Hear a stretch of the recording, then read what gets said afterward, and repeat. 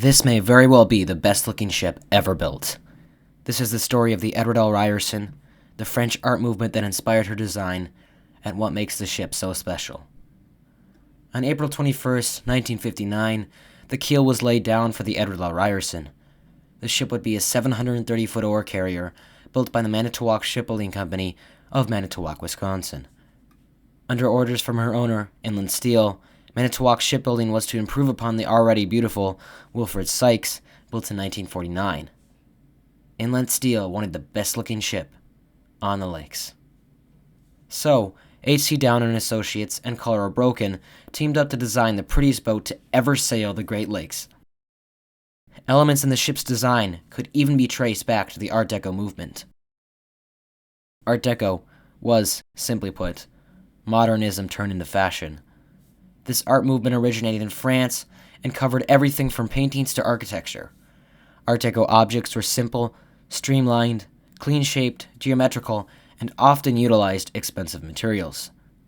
The movement would spread after an exposition in France in 1925 and develop into a major style in Europe and the United States in the 1930s. But during the Great Depression, the extravagant style of Art Deco would be unaffordable, and so a more subdued and minimalist style would be born, Streamline Moderne.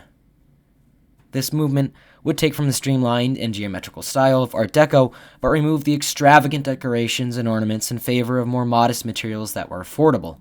Simply put, Streamline Moderne was more industrial and simple than Art Deco. But both movements would influence architecture, automobiles, armchairs, and more. But one of the signatures of the Art Deco movement was the transatlantic liner.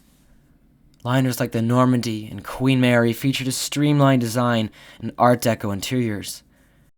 But around 1935, Art Deco would fall out of style in France, although Streamline Moderne would live on in North America. These movements would be an inspiration for the freighter Wilfred Sykes, which would go on to inspire the Edward L. Rryerson. When the Sykes was commissioned, Inland Steel desired to modernize the look of the vessel and at the same time produce an aesthetically pleasing vessel. Every part of the ship was designed so as to be efficient and also simultaneously aesthetically pleasing. This was Inland Steel's same desire for the Rryerson. A streamlined appearance with as many obstructions removed from the spar deck as possible. The ballast side tanks ran inboard into the top of the vessel's cargo holds.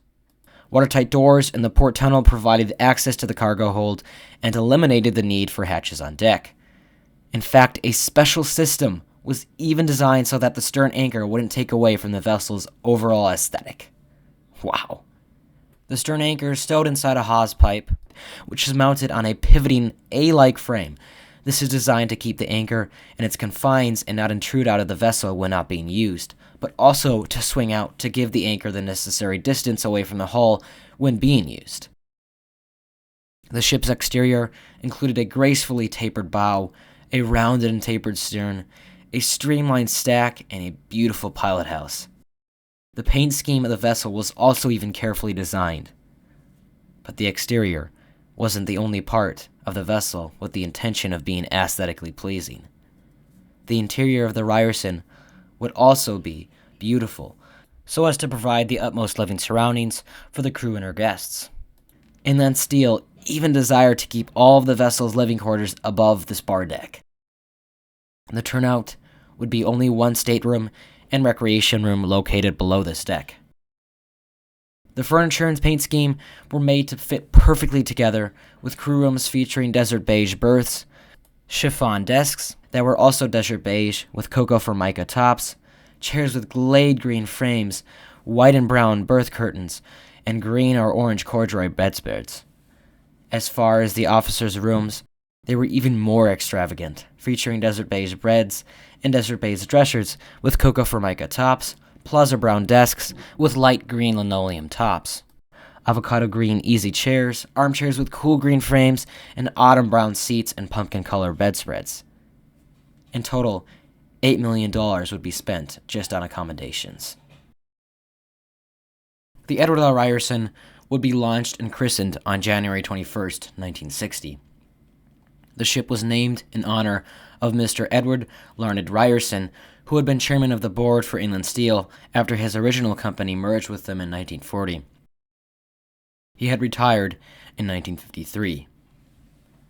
On July 28, 1960, the Rryerson would leave the Manitowoc shipbuilding yard and head out the Manitowoc River.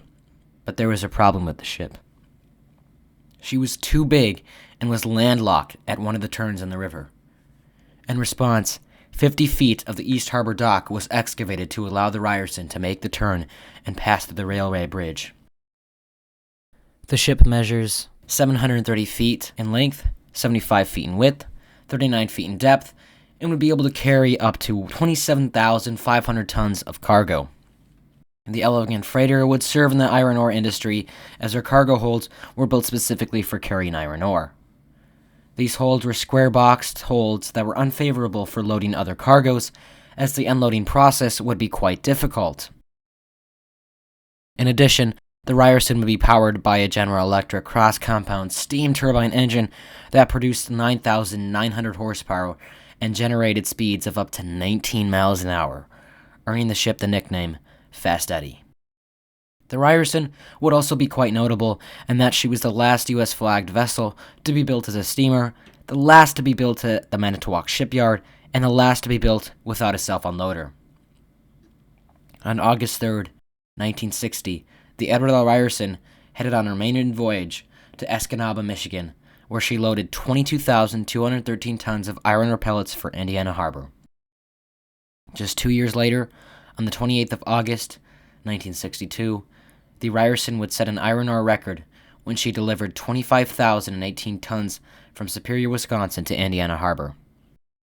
But the Edmund Fitzgerald would also break records, and the two ships would often pass the title back and forth during the two vessels' first decade of service, the Edmund Fitzgerald having been built in 1958. The famed freighter would ultimately sink in a gale in 1975 on Lake Superior, a topic I cover more extensively in another video that I have linked in the description. In 1986, a downturn in the steel industry would lay up the vessel in Indiana Harbor for both the 1986 and 87 seasons. When the Rryerson returned to service in 1988, she was the only remaining U.S. straight-decker exclusively employed in the iron ore trade. But on January 24th, 1994, the ship would again be laid up at Sturgeon Bay, Wisconsin, and the Adamir Cornelius would be chartered from the American Steamship Company to substitute for the Rryerson. While the beautiful vessel was in layup, she would receive a 5-year survey.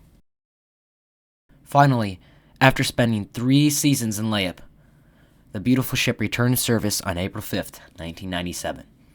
But over a year later, on December 12th, 1998, the Rryerson would again enter long-term layup at Sturgeon Bay, Wisconsin. During 1998, Inland Steel would be bought out by Ispat International and V of the Netherlands and were almost immediately sold to the newly established U.S. firm Indiana Harbor Steamship Company, which created Central Marine Logistics to manage the ship and her fleetmates. Interestingly, during her layup, the ship did open for tours in the summer of 2002. In 2006, hope lifted for the Rryerson as demand was increasing.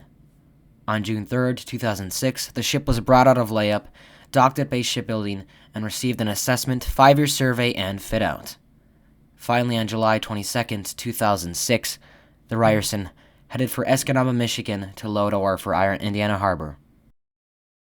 In 2007, the Edward L. Rryerson would receive some new trade routes that would bring the vessel to the Welland Canal for the first time on May 24, 2007. The ship would then transit the St. Lawrence Seaway for the first time, heading to Quebec City, Quebec. On one of these return trips from Quebec City, the Rryerson would become the first U.S.-flagged Great Lakes vessel to pick up a return load at Valleyfield, Quebec, destined for a port on Lake Michigan. This trip would also take the vessel through every major waterway of the Great Lakes, as she had started her journey in Lake Superior and ended it on Lake Michigan. In 2008, the Rryerson and her fleetmates were chartered to ArcelorMittal, adding an additional port of call at Hamilton, Ontario. The future was looking good for the Rryerson. But on May 18, 2009, the Edward L. Rryerson would enter long-term layup again at Superior, Wisconsin. The Rryerson has sadly remained in layup at the Twin Ports ever since. Although, in 2023, work on the Edward L. Rryerson had been underway. The vessel's AIS was active for a short time, and lights had been seen from the Rryerson at night. Hopes were lifted, but would again be crushed as the ship was moved from the Fraser Shipyard dock to the coming slip back into layup. The Edward L. Rryerson remains the most adored freighter in Great Lakes history. The Rryerson is the best-looking vessel to hit the water on the Great Lakes, and some could argue, the world.